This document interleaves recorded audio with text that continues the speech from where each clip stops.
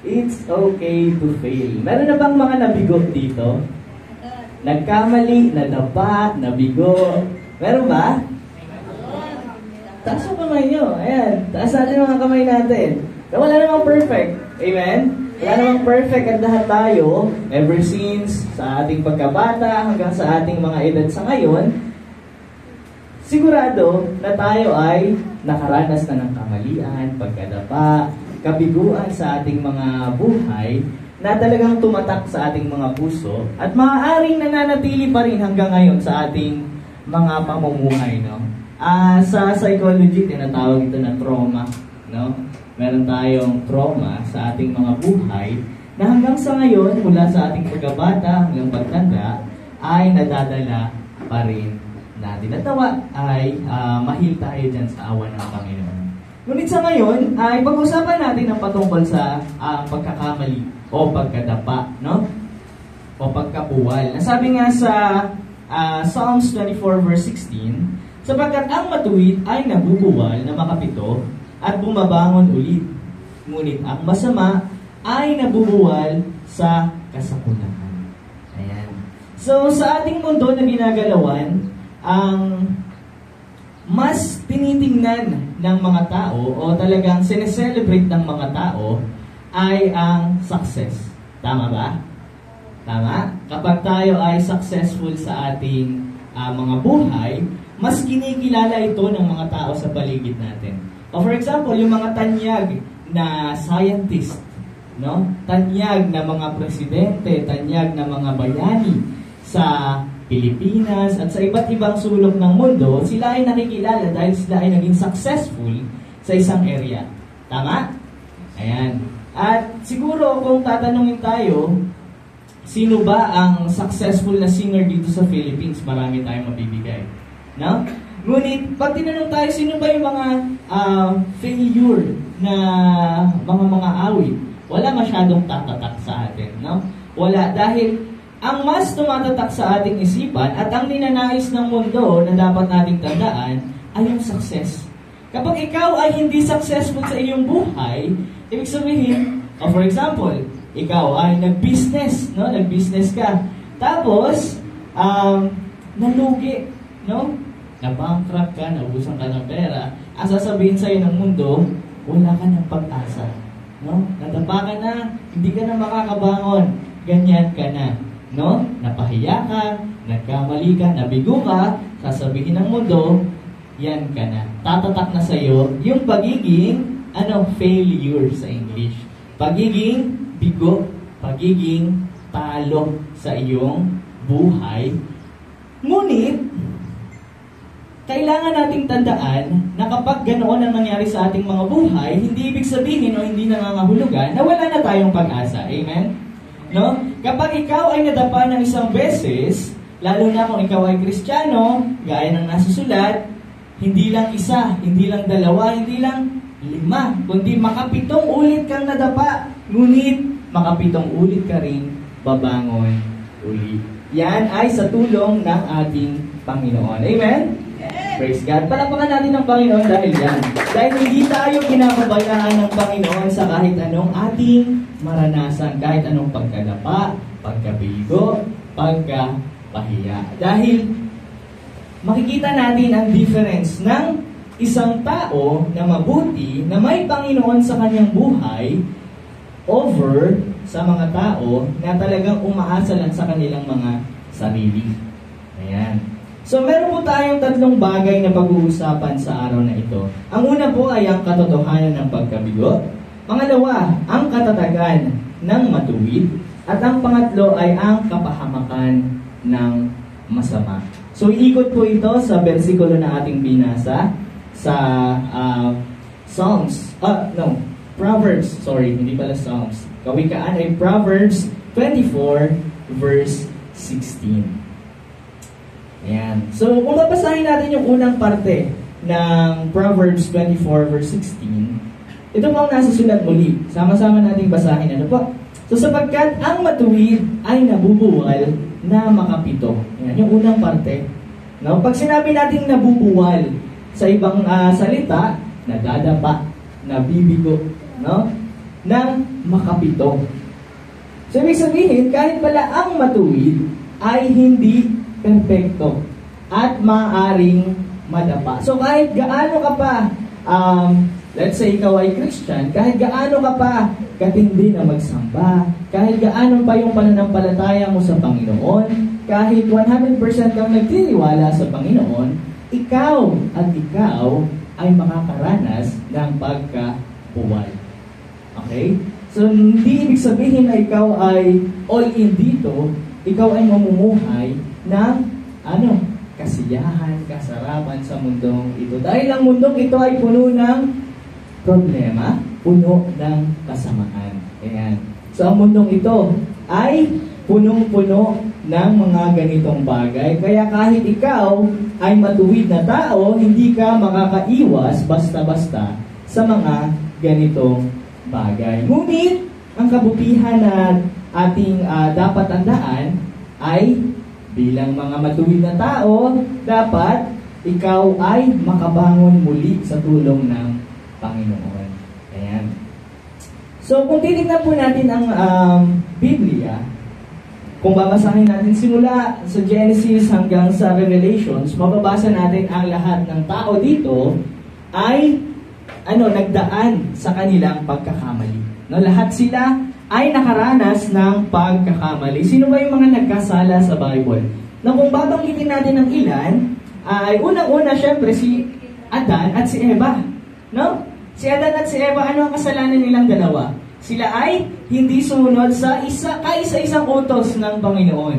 Ito ay ang hindi pagkain ng prutas ng na nasa gitna ng paraiso. Ayan. So ito ay hindi nila sinunod, kaya sila ay nagkasala sa Panginoon. Ano pa? Ang anak nila na si Cain. Ayan. Si Cain naman ay pumatay. No? Pinatay niya ang kanyang kapatid na si Abel. No? Ano pa? Si Noah. No, kilala natin si Noah bilang gumawa ng Noah's Ark. Di ba?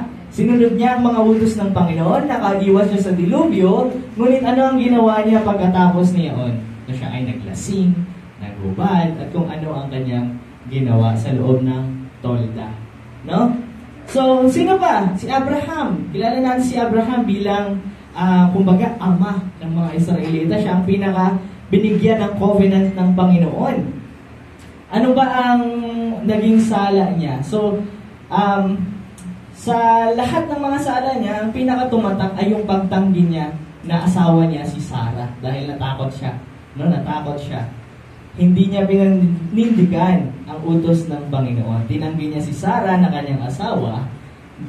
Yon ang kasalanan niya. Although, parang ang liit lang ng kasalanan niya, tinanggi niya lang naman para makaiwas sa mangyayaring masama. Sino ba? Si Jacob.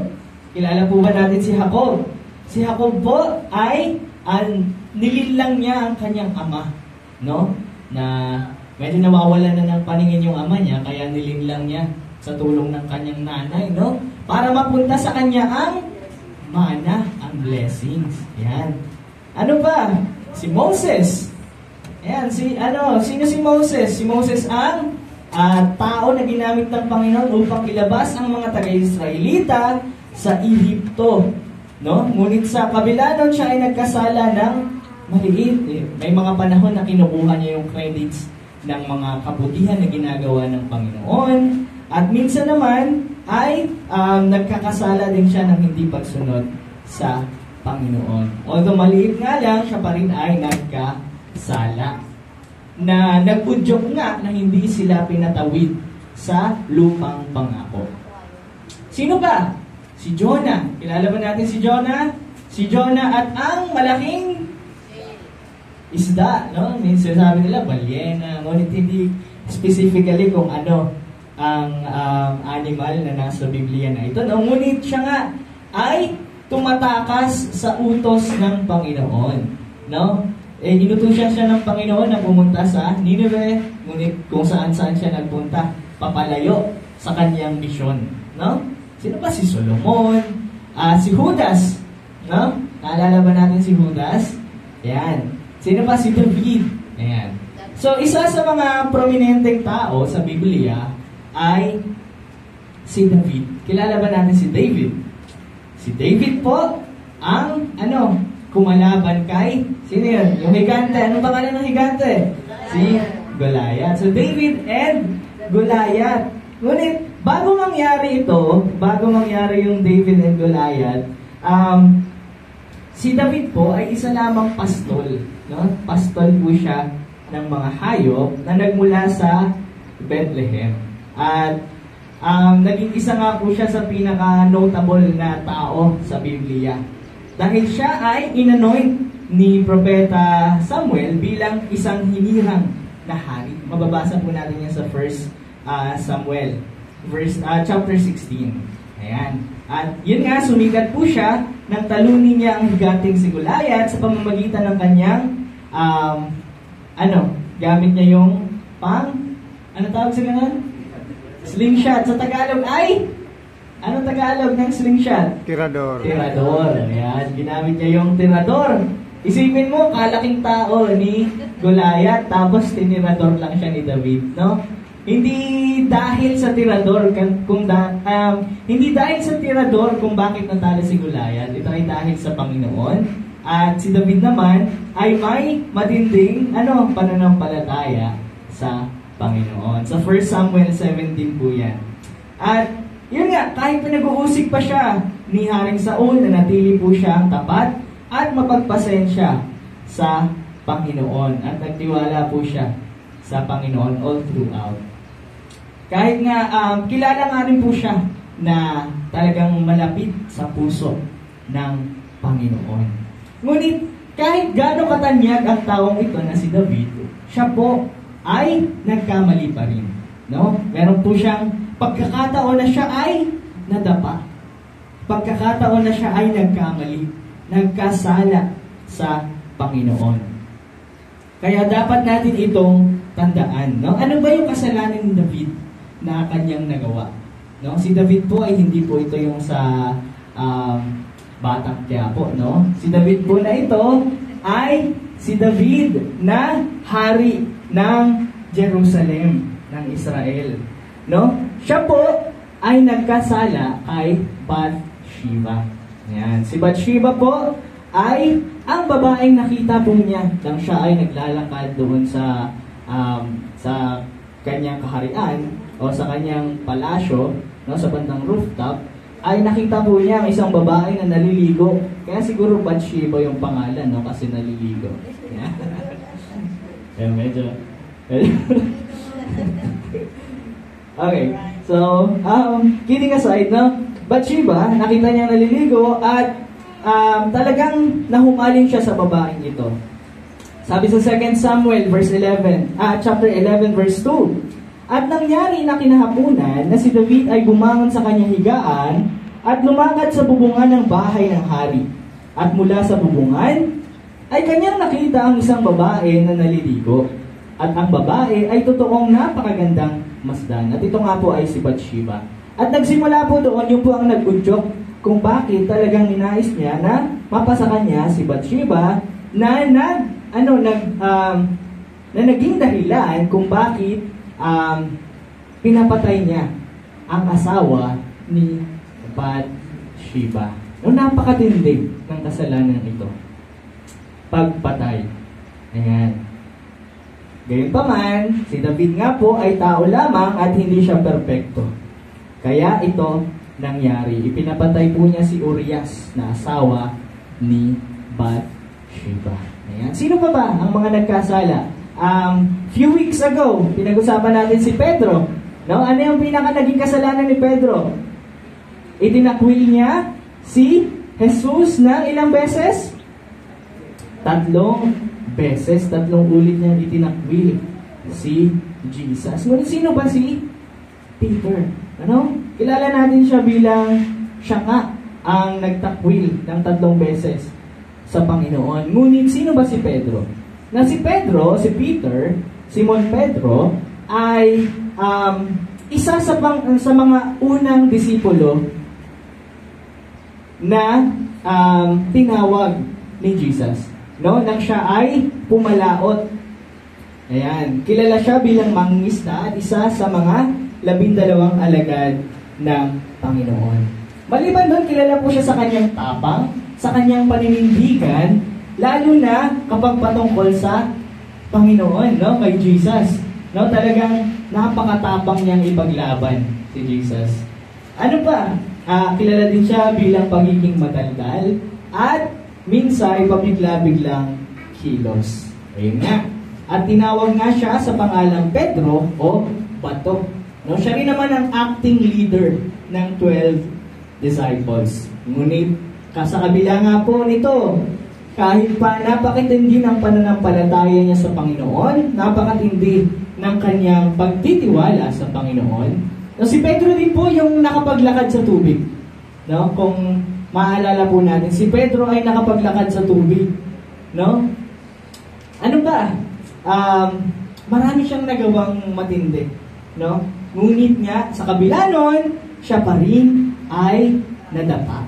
Siya pa rin ay nagkasala, which is yun nga, naitakwil niya si Jesus ng 3 beses na talagang matindi. No? Talagang may pagkabigo dito sa mga buhay ng mga taong ito.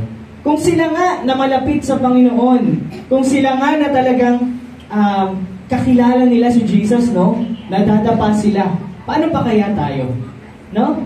Paano pa kaya tayo na namumuhay dito sa mundong ito na punong-puno ng ng tukso, ng problema, ng pagsubok, at iba't iba pang nararanasan natin habang tayo ay namumuhay dito sa mundong ito. No? Tanong mo sa iyong sarili, paano pa ako? No? Tao lang tayo. Amen? Ng tao tayo na ginagawa natin yung best natin. Amen? Ginagawa natin yung best natin eh. Tama ba? Ginagawa natin yung best natin sa sariling kaya natin, ngunit talagang may mga pagkakataon na tayo ay madarapa. Siguro yung main reason for that one is because we are trusting ourselves. No? Nagtitiwala tayo sa ating mga sarili. Nagkakaroon tayo ng confidence sa ating mga sarili. O for example, meron kang pupuntahan na isang lugar. O for example, magsisimba. No? Nagising ka ng alas 7. So natulog ka ulit. Ang simba natin, alas 10. Tulog pa ako. Nagising ka ng alas 8. Tulog pa ako. Nagising ka ng alas 9. O 1 hour, may 1 hour pa ako. Kaya ko pa yan, no? Nagtiwala ka masyado sa isang oras. Dumating ka na late na. No? Kasi ganun talaga usually. Nagtitiwala ka sa isang oras na yan. Ngunit yung isang oras napakabilis lang maubos. Aside sa pagtitiwala mo sa isang oras, nagtiwala ka rin sa iyong sarili na mabilis ka lang gagalaw. Ang ending, ikaw ay na late. Ayan. So, ganun po. Kaya tayo nagkakaroon ng pagkakamali o pagkadapa dahil minsan, hindi na tayo nagtitiwala sa Panginoon bagkos sa ating mga sarili. At ganun din po ang nangyari sa kanila, no? Kay David, kay Pedro. Si Pedro talagang naging confident siya sa kanyang sarili. Nagyabang pa siya sa Panginoong Hesus. Sabi niya, kahit itakwil ka ng 11 na disciples na ito, ako, hindi ko gagawin yan. Yan, sabi niya doon sa Matthew, no? Matthew, kung babasahin natin ito na po. So, napaka-importante na ikaw ay magtiwala sa Panginoon ng buong puso mo. No? Hindi lang sa iyong sarili. At kung ikaw naman ay magkakamali, karapat-dapat din naman na ikaw ay humingi ng kapatawaran. Ayan. So, isa sa mga dapat natin tandaan, ito pong nasusulat sa James chapter 1, verse 2 to 3. Sabi po dito, mga kapatid ko, ariin ninyong buong kagalakan kung kayo'y mga hulog sa sari-saring tukso. Yamang nalalaman na ang pagsubok sa inyong pananampalataya ay gumagawa ng pagtitiis. Ayan. Sabi rin sa 1 John chapter 1 verse 9, kung ipinahahayag natin ang ating mga kasalanan, ay tapat at banal siya, na tayo'y patatawarin sa ating mga kasalanan at tayo'y lilinisin sa lahat ng ating kalikuan. At ito po ang pinakadahilan kung bakit din natin pag-uusapan yung ikalawang bagay, no? Ang katatagan ng